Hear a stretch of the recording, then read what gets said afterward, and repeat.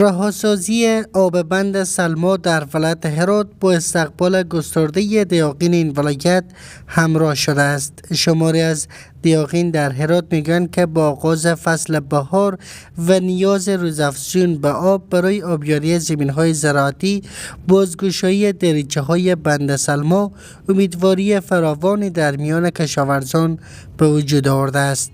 دیاقین هرات میگن که با رهاسازی آب از این بند سطح زیرکشت محصولات زراعتی افزایش خواهد یافت و آنان میتوانند زمینهای بیشتری را آبیاری کنند.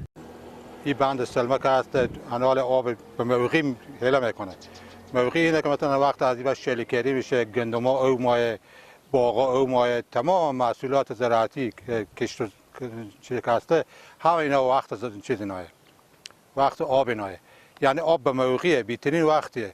سال گذشته خیلی عدالت برقرار شد، به هر چند بلوکی چند روز او توزیع میکردن، بعد قطع میکردن به یک بلوک یا چند بلوک دیگه توزیع میکردن. اگر به همون روال ادامه پیدا کنه خیلی خوب میشه، برای کشاورزان مفیده و از این میتونن به نحو احسن استفاده کنن. در این حال مقام‌های اداره محلی هرات میگن که با مدیریت مناسب منابع آبی تلاش خواهند کرد تا آب به صورت عادلانه در میان ولسوالی‌های مختلف توزیع گردد.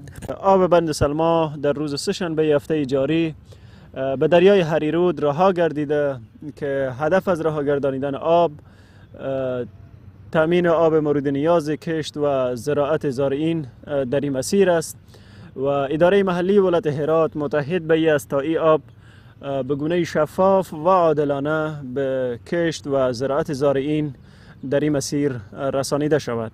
باید یادآور شد که به دنبال رهاسازی آب بند سلما توربین‌های برق بند نیز فعال گردیده و به ظرفیت 34 میگاوات برق همچنان وارد شبکه گردیده است.